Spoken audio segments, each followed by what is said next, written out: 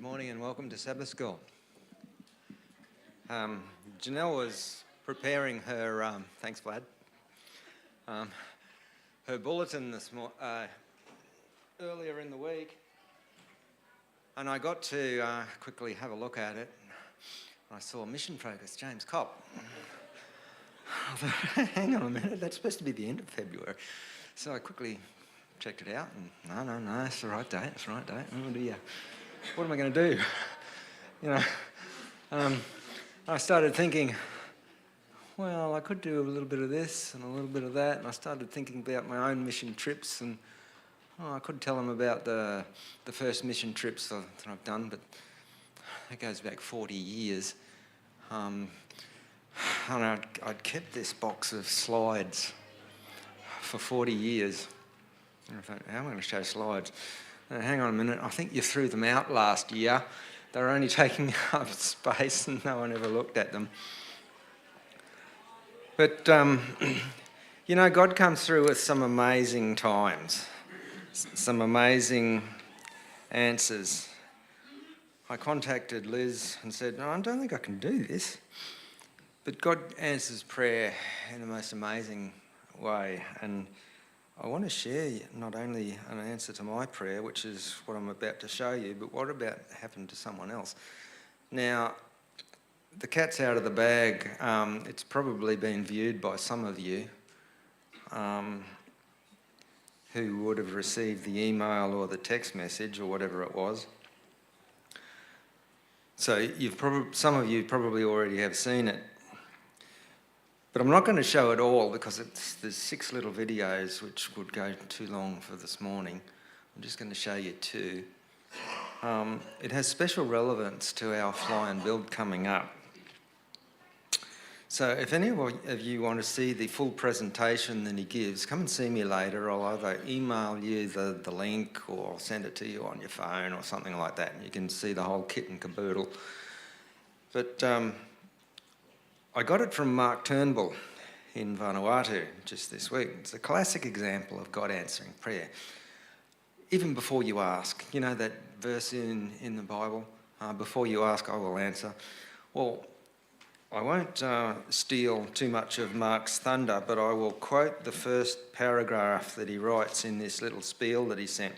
Recently, a boy was attacked by a shark on Merrilava Island.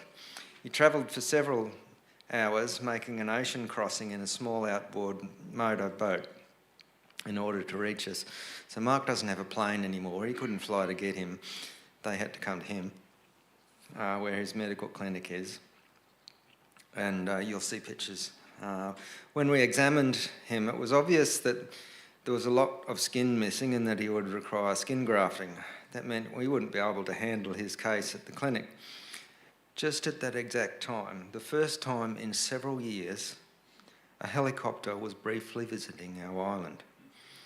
As we examined the boy, we heard the helicopter rotors starting to spin up as the helicopter was preparing to depart for Santo. I ran out onto the runway and signalled to the helicopter to come back and land, as he had just lifted off the ground. He returned to the ground and I requested urgent help to evacuate the boy. Okay, so now, guys, can we start playing this little video? And I want you to stop at 6 minutes. Otherwise, it goes for too long because I've got a second one to show you. It was damaged last year in a cyclone, and we've been missing it ever since. We need it for emergencies. And my daughter Kay is going to explain to you what happened just recently when somebody was attacked by a shark on Merrilava Island. Merrilava is very well known in connection with this aircraft. Tell us a bit more.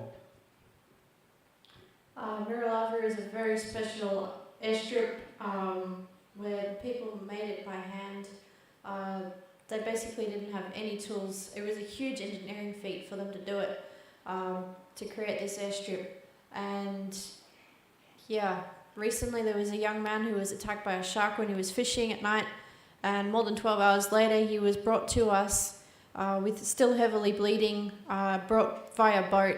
And when he got here to Gower, it just so happened that there was a helicopter here at the time, which was able to airlift him and take him to Santo, where he got blood transfusions and he was able to have work on his very massive wound. Yeah, we hardly ever see helicopters in this part of the world, but there was a helicopter just on that particular day, at that particular time. It was definitely the Lord's providence. God provided this helicopter. He was flown to Santo, where he got emergency help with his transfusion, etc. And obviously his wound is recovered. But tell us how he got back to Marilava Island and what happened, and how did you see him? I was recently in Santo, travelled to Santo and back to Gower via copper ship. Not the normal way that most people like to travel, but when I was travelling from Santo back to Gower, we went through Marilava, and one of the passengers that was on the ship happened to be this young man that had the shark attack. When he was on the boarding onto the ship, not an easy thing to board the ship necessarily. You have to sort of jump on, and he had crutches, and he had to sort of get helped onto the ship. It was a big job to get him onto the ship, and an even bigger job to get him back onto his island. Yeah, these islands don't have proper wharfs, and so people basically have to jump like crabs onto the stones and then get ashore. Anyway, when you were in Marilava, what happened when you were going around the island? What did you see, and what did you think of? As we were travelling around Marilava, I saw the airstrip where we used to go many times to pick up emergencies. And yeah, it just really touched my heart to see that airstrip again, and just wish that the mall can be repaired speedily so that it can come back to service, because there's a lot of people that need its help. Not only Marilava, but Mota, Toga, there are other islands that also really appreciate the help of this mall. This is an aircraft that means so much to the people of this province. There's been hundreds or thousands of lives touched by the ministry of this flying doctor service in this area, and that mall aircraft is still under repair. It's just taking forever to get it done. Can you please pray for us? Please pray to the God of the impossible to touch the hearts of the people who are dealing with this, so that they don't take so long to get that aircraft back in the air, because it's a very amazing, special aircraft, and it will be such a blessing to us if we can have the use of it soon. So I'm just going to add onto this video, I'm going to add another video, which is an old video showing the opening, sort of like the first landing at Marilava Island. Jeremy Ainsworth, expert in mall aircraft, who came to teach me how to fly these bush aircraft into bush airstrips, he was the first person to land on Marilava Island. So I want you to watch the video and just have a good look at all the tools, the very minimal tools that we use to build this airstrip, and just how many people now are being impacted or have been impacted by it. It's an incredible story how that airstrip was built, and we just want you to pray that God will provide this plane once again to this ministry. Please pray that God will restore the mall aircraft. God will touch hearts to have that mall aircraft restored to us as soon as possible. We need your prayers. Please continue to pray for us.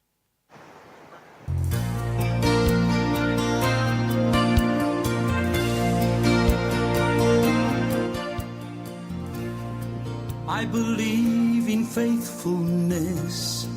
I believe in giving of myself for someone else. I believe in peace and love. I believe in honesty and trust. It's not enough. For all that I believe may never change the way it is, unless I believe Jesus lives. Where there is faith, there is a voice calling, keep walking. You're not alone in this world. Where there is faith, there is a peace like a child sleeping, hope everlasting in Him, who is able to bear every burden, to heal every hurt in my heart. It is a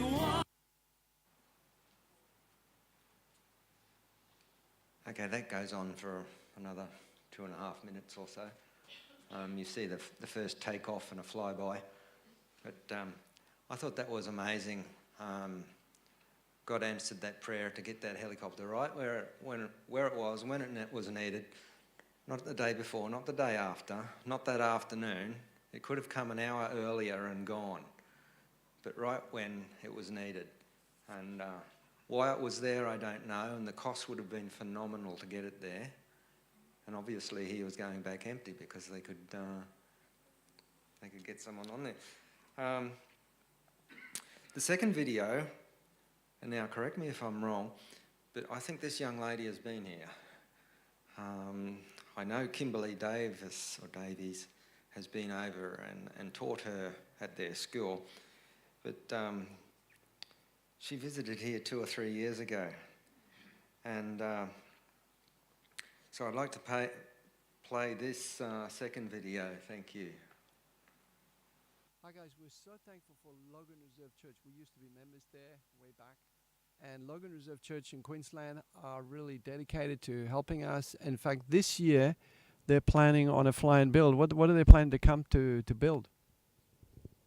I think the plan is that they're going to come and build a classroom, and that will be a huge blessing to us as we're very short of classrooms. They're going to build a classroom, a double classroom like the previous really beautiful classroom that was built here by another team that came and did a fly and build under Ben Melt's direction. And there is also another possibility of a store being constructed because we need the church, the school to be more self-supporting. So yeah, we're looking at some money that we need to make this happen, and we just want to pray that we just want you to pray that God will provide, that God will touch hearts. We believe that God is touching hearts to impress people who want to be involved in this fly and build. It's a wonderful school. This year, what was so amazing about the Year 10 exam results this year, this past December? Tell us what happened. In 2023, we had a deaf student, one of our deaf students, the first one to go right through to Year 10. She was able to sit the Year 10 exam, national exam, and we were so amazed when just the beginning of January the results returned that she has passed. So we're so thankful for our first deaf student. This deaf student is the first deaf student in full Vanuatu to have gone through Year 10. What's also amazing is that this school, our primary school and our now it becomes secondary school, is the only school that we know of that's had 100% successful pass rate with all the national exams. So it means that all the national exams at Year 8 and Year 10 levels so far at this school have been passed by every single student that have attempted them, including even this deaf student, who is the first one in the history of Vanuatu, the first deaf student to attempt and to pass the Year 10 exam for the nation, for the whole nation. So please pray for this amazing school. It's got so much impact on the community. It's a powerful school, and we need more classrooms, more staff housing, and we need a storeroom to make it more self-supporting. Please pray for us. We need your help for the school. God bless you. Okay, I'll say this again in church, but I'd like to thank whoever it was that made a significant donation to our Fly and Build funds for this. Just this week, I think we saw it go up almost $10,000. So, but we're not quite there yet. We still need a lot more to go, so don't be put off giving. I see we're starting to run out of time. If you want to watch the rest of the videos, come and see me later. Now, I'm going to ask the deacons to come forward and take up our mission offering. Thank you.